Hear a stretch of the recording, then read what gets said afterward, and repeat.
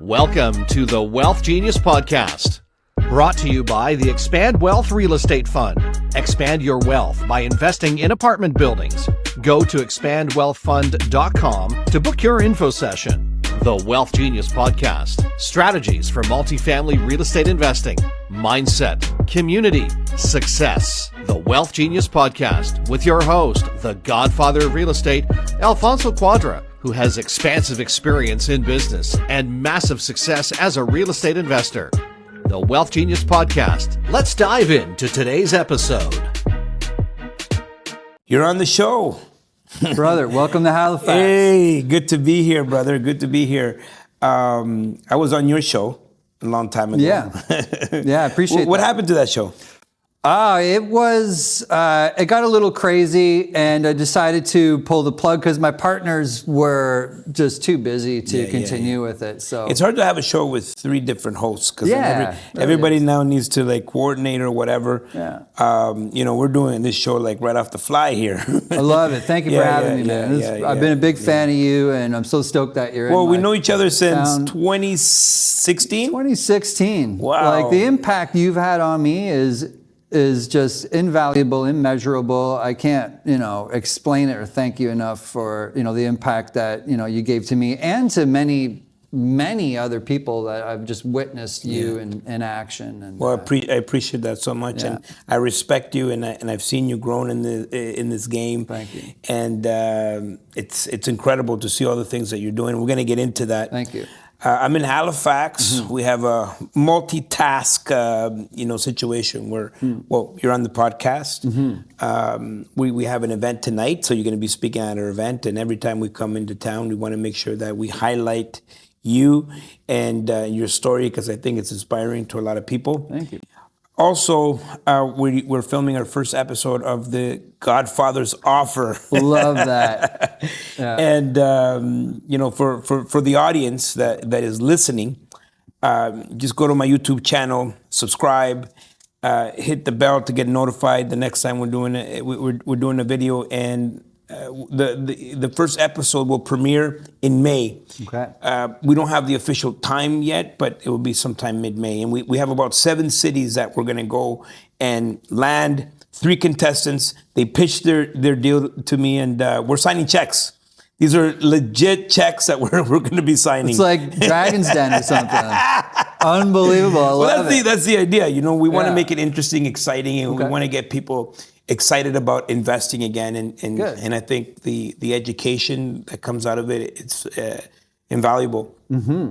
Now, I wanted to talk to you specifically because of the show, we're going to be investing in Halifax, and I want to know your experience. What was the reason why you relocated from Ontario to Halifax, and how has it been so far? How do you find it? And basically, we're looking for a market expert. A local investor. Yeah. Now, even the surrounding areas or the things that you're investing in. Why did you choose Halifax? One simple answer: affordability in comparison to other major cities across Canada. It's as simple as that. Where I was living was in Kitchener, Ontario, an hour south of Toronto. And we were just getting priced out of the market. So here's the thing is, when I first got into real estate, I had a plan. And man, if you don't know how to pivot and change your plans, you're cooked.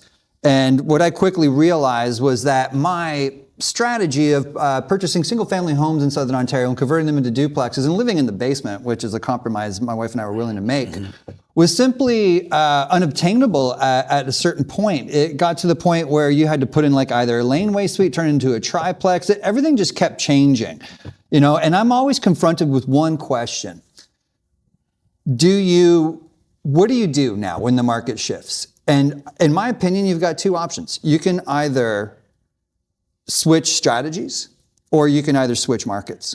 So I had a friend, a music producer, who's just like, hey, check out this house in Moncton. It's like $100K. Can you believe that you can buy a house in Moncton for $100K? And what kind of house? Like, how big was this house? It was just a single family home, and I'm a multifamily buyer, so I'm not looking at single family homes. I'm looking at multifamily, especially once I realized that, my strategy of having to qualify for single family homes and then requalify for the new appraised value wasn't going to work out, being that I was never a high income earner. Like, the banks never liked me. And I'm okay with that, because it's not my goal to have a steady job. That's exactly what I don't want.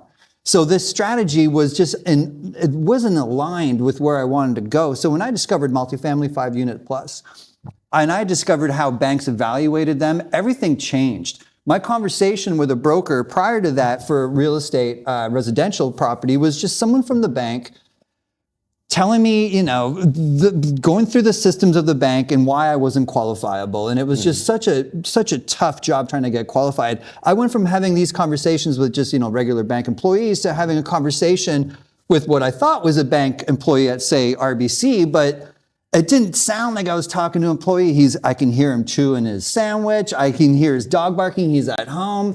He didn't ask me about my personal income per se. It was more about what the DSCR was on the building. And I learned a lot from that point, Alfonso. I learned that I had an opportunity to get into multifamily because it wasn't based on what I was making in income. It was just solely based on what that building was. So I realized that, hey, I'm a business that's buying other businesses and improving that business. And when I discovered that, I started looking at multifamily in Southern Ontario, and I was just like, the numbers don't work. So then I just started looking out east. General, it was a wide, like, what year was this? Out east. So this was in 2021. And so that's like right at, like COVID hits. Oh man, you are in Ontario. I'm in Ontario. Yeah. And you're looking at real estate going haywire. That's right. That was the years where, like, 100 offers on a property or whatnot, and people were buying buildings like sight unseen. That was me. And you know what? Borrowed money was really cheap at the time. So in all honesty, it was easy for me to get into the game. It was easy for me to bring on investors, and because borrowing was cheap. So for example, first property I looked at was in Moncton, New Brunswick, and it was a 6-unit for $450,000. I mean, I couldn't get a single family home where I was for that. So I was drawn by the price. But then, as you and I quickly realized, well, what's the return? What's the DSCR? What are the banks going to think about it? And so I started establishing a team out in New Brunswick. Was my first foray into the East Coast. And in 2021, it took me 5 years to get 5 properties.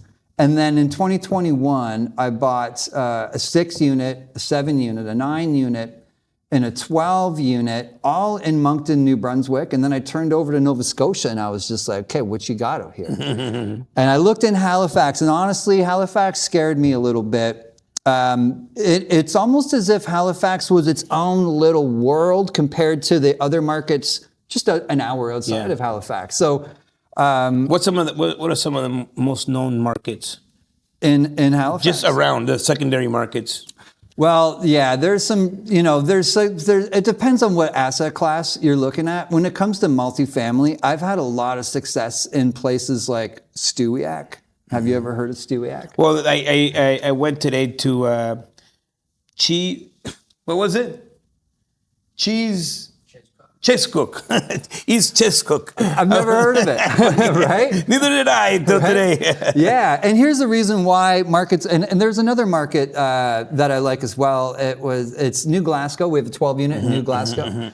And it's home of Sobeys, apparently. And at any rate, the reason why I like these tertiary markets was because the prices were astronomically different than they were in Halifax. They were a lot lower, but yet the rents were pretty high. So I'm like, why is that? So I started digging into tertiary markets around Halifax, and I discovered that there's no inventory for people. There's just nowhere for anyone to rent. If you have a unit for rent, it's gone like that. And that's still the case today, because we're seeing things soften from vacancies to rent prices. We're seeing capitalization rates eat up equity.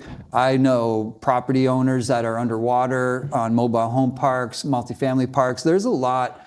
What happened was, and I almost fell into this trap, is that a lot of people that bought in 2021 ended up overpaying for their properties. And then when the market corrected itself and then they refinanced into a high interest rate environment, things just fell apart for them. And luckily for my team and I, what we did is we have a framework when we go into something like it, as you do as well. And the number one on that framework, most important thing is to buy right.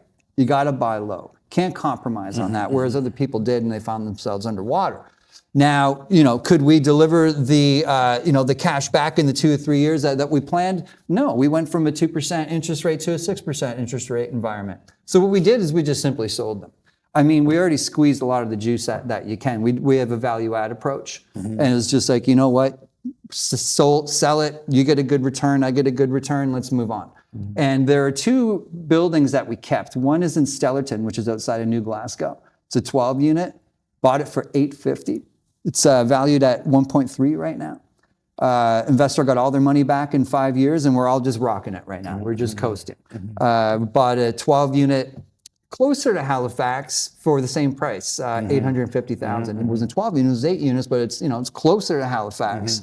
And again, we just sold that one for 1.2 as well. And the thing is that when these places have a vacancy, it's filled up. It's filled up like that. And the thing about Halifax is that if you come here, you see cranes everywhere. It's kind of like Burnaby or Surrey. That gets me going. Yeah, no, it's like awesome. Energy, right? 13,000 new units are coming up. Wow. 13,000 new units.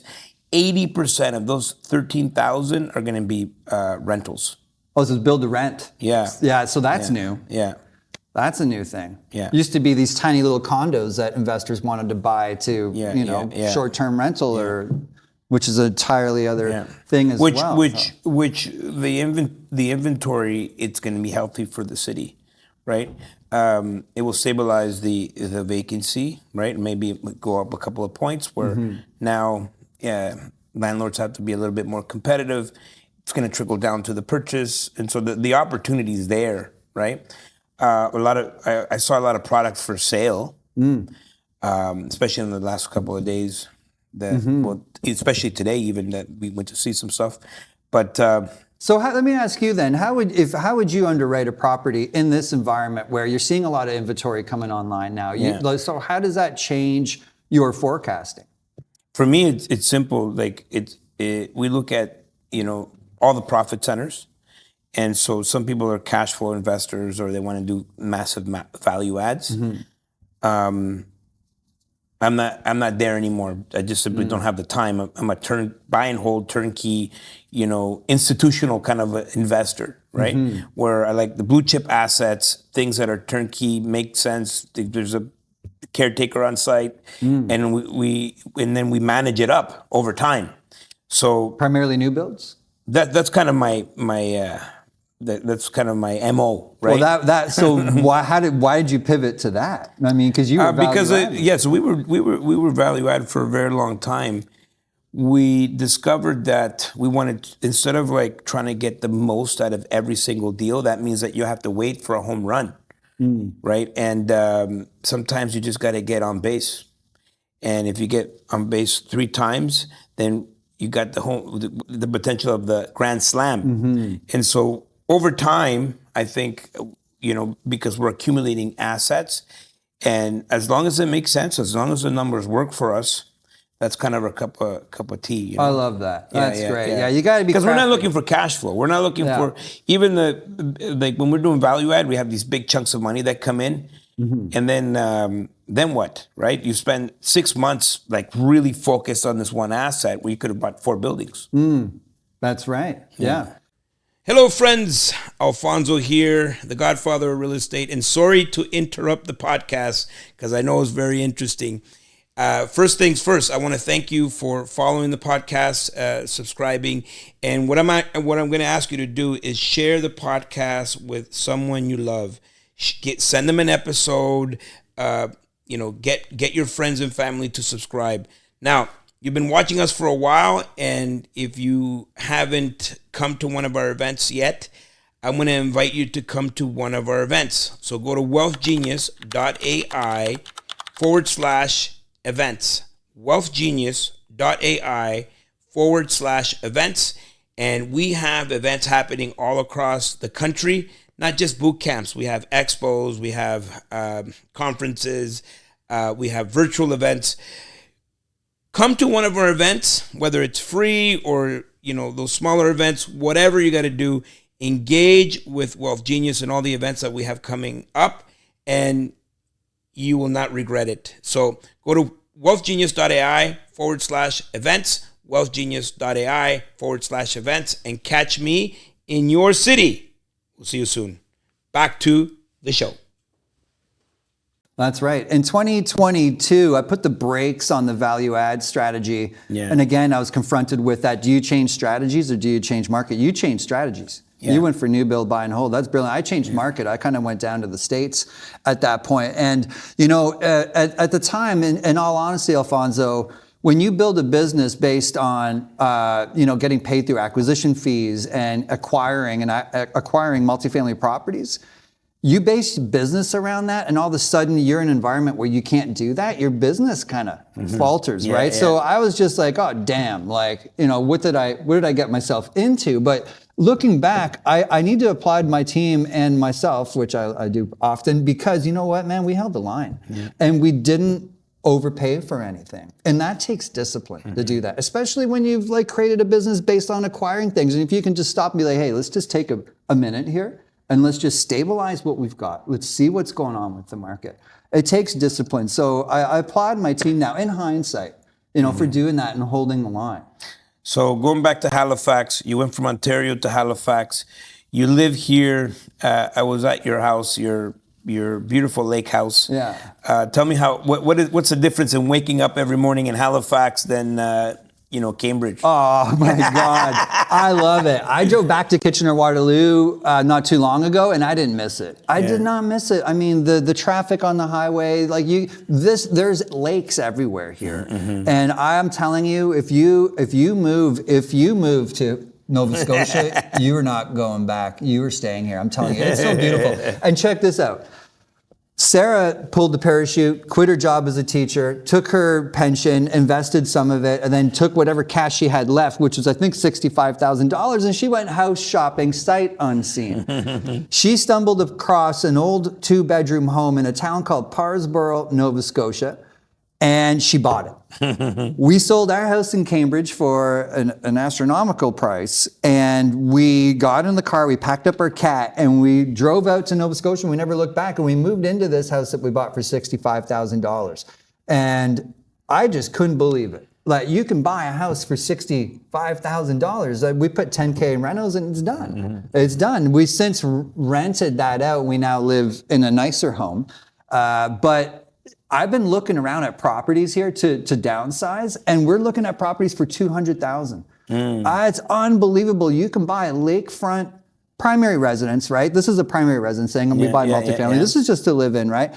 And you can buy property on lake for $200,000. You can buy a property on the lake for $150,000. It is remarkable with very little renovations. Yeah. Wow. So the fact that you can do that now, why don't people buy these houses? Because people have the golden handcuffs strapped on them. They've got a job. They've got kids that go to this particular school. They've got all these traps, the nice car, the leases. They can't do that. Yeah. I can, man. Free as a bird. Free as a bird. I've got location freedom. I've got time freedom. I've got money freedom. So when you can do that, you can go into a market where they're just struggling. It's depopulating. I don't care. I really don't. I don't need to be close to a major city center. I don't mind driving. Yeah. For me, having that financial freedom where I don't have a mortgage, my expenses are under 2K. Yeah. I like that. Yeah. So some people talk about, those small markets is boring. I always tell people, if you're bored, it's because you are boring. That's a good one.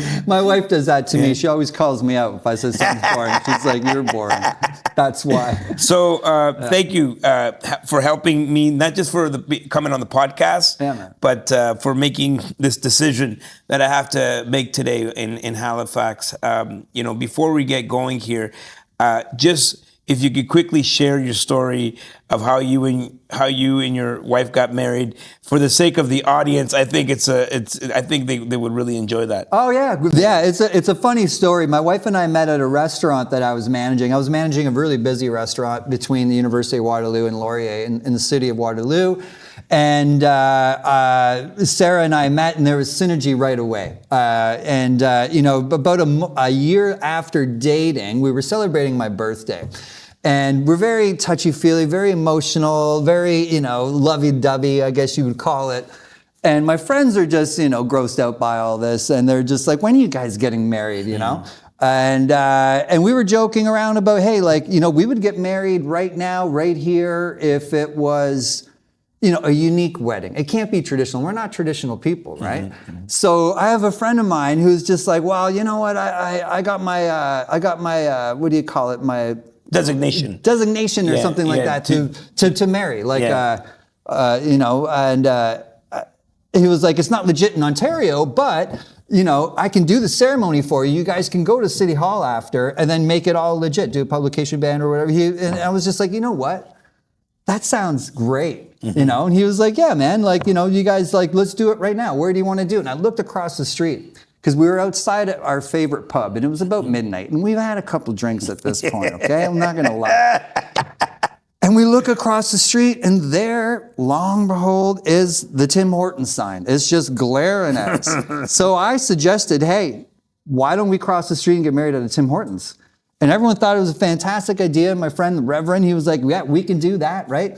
There was a server listening into all this going on. She's trying to take her drink order. And she's like, you know what? I'm going to call the news, right? And Sarah's like, Pooh Bear, you got to ask me to marry me. I'm like, of course, babe. I got down on one knee. I'm like, will you marry me at the Tim Hortons across the street? Yeah. So we pile in to the Tim Hortons across the street. News cameras behind us as well, right? It's about midnight. My reverend friend and I go up to the counter, and there's two, pimpled-faced teenagers behind the counter working the late shift. And I said, guys, can we have a wedding here? And one guy looks up at me, and he's like, if you buy something. So I'm like, yeah. I'm like, consume. I'm like, Frank, what are we getting, right? And he's like, we need 2 double doubles and 2 honey crullers. It's like, okay, 2 double doubles and 2 honey crullers. So we get these double doubles in our hands. I look back, there's a crowd behind us now. People are waiting for coffees, but they're just like, okay, we ran into a wedding here. And my friend Frank, the Reverend, proceeded with the most beautiful ceremony ever. He's like, take 1 step forward, take a sip of your coffee. Dude, he's like, that was your past or something like that. He's like, take another step, be like, this is your present. Take another step, this is your future. And then we got to the end of the restaurant. He puts honey crullers on our rings and makes me kiss the bride. Yeah. Boom! Everyone's celebrating. We go back, to the restaurant. We continue celebrating. That night, I wanted to get a nice hotel, make it a special night. Yeah. Couldn't do it, man. Everything was locked up. So I had to take her back to my mom's house.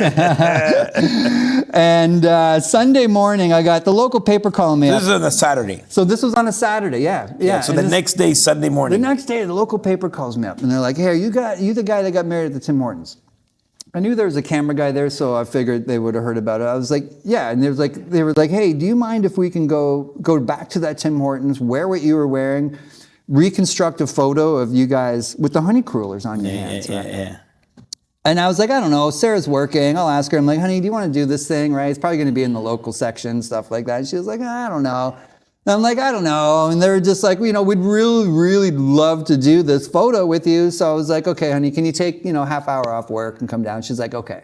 So we met at the Tim Hortons. We put the honey crullers on. We posed for the camera. Did you bring the Reverend, and then the Reverend, but the officiant? Yeah, no. Did you bring the officiant? No. Okay, no. So it was you just had the random guy play officiant. Yeah, exactly. Yeah. And so we went back and we just recreated the photo for the paper the second day. Well, Monday morning, 6:30 a.m., phone's ringing. It won't stop ringing. So I pick it up.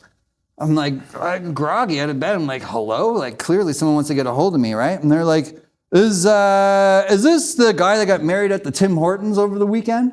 And I just shook my head, and I'm just like, yeah? How do you know that? And when I asked, how do you know that? Laughter.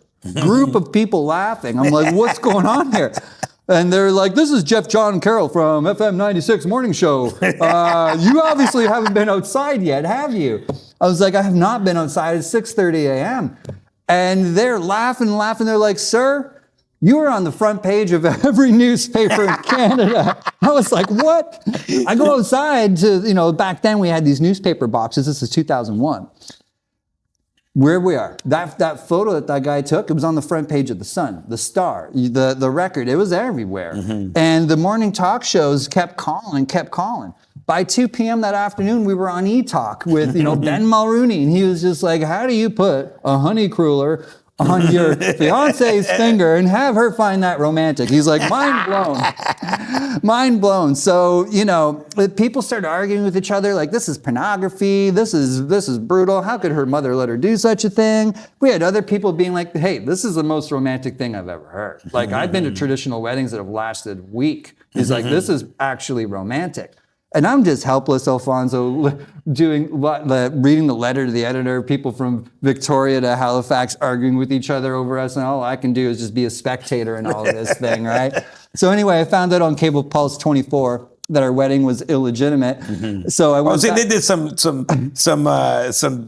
deep dives on the background. Yeah, the government came out and was just like, hey, Canada, you can't do this. And I found out it was because you need to announce your engagement in a place of worship 5 days prior to actually getting engaged, because I guess there was a law in Ontario at the time, don't know if it's still there, where they feel you need to make a decision like that, you feel like you need 5 days. So you need to announce your engagement. Oh, really? And think about it. At that time, that was the reasoning that we were given, right? So we were like, okay. So we went to City Hall, we got a new reverend or whatever we were called, and I redesigned the script there just to kind of custom it to how we wanted. And we went back 5 days later and we did the ceremony all over again at Tim Hortons. And it was just like media frenzy again. They should sign you a check. Well, what they did was they gave us like a year's worth of coffee, coffee makers hats. They were nervous to meet us. Tim Hortons was getting all this attention. Sarah was on a radio talk show host with like the owner of Tim Hortons or the CEO or something. Her on the other. It was major news, but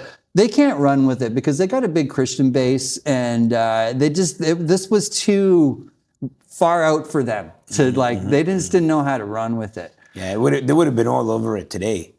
Yeah, well, I've heard that people have since done that. You would have gone viral. So, like, I mean, honestly, Alfonso, if we could do it again today, I'd choose a Starbucks.